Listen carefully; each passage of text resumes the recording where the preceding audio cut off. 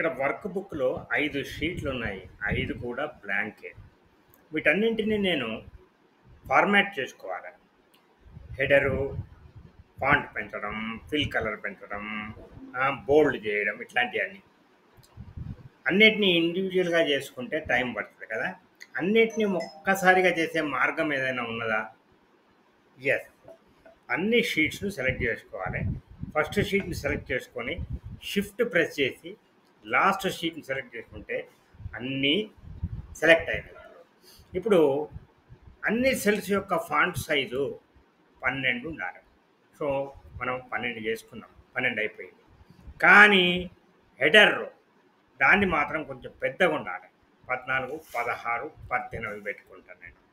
తర్వాత హెడర్ కదా! ఇక్కడి నుంచి ఇక్కడి వరకు డబ్ల్యూ వరకు ఇన్ని కాలమ్స్ నేను మెర్జ్ అండ్ సెంటర్ చేస్తాను. సెంటర్ చేసేసిన కదా! ఇప్పుడు దీన్ని బోల్డ్ చేస్తాను. బోల్డ్ చేసేసిన తర్వాత దీని ఫిల్ కలర్ కొద్దిగా ఆకర్షణీయంగా ఉండాలి కదా! ఎల్లో కలర్ పెట్టుకున్నాను నేను. ఇప్పుడు దీనిలో నేను ఒక టెక్స్ట్ నేను చేసేస్తా. ఏదైనా రాసుకోవచ్చు మనం చూస్తే ఫార్మాటింగ్ ఆల్ షీట్స్ టుగెదర్ అనేది నేను పెట్టుకున్నా.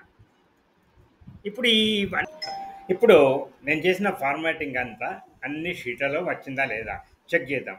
షీట్ 5లో ఉంది, షీట్ 4లో ఉంది, షీట్ 3లో ఉంది, షీట్ 2లో ఉంది, షీట్ 1లో ఉంది.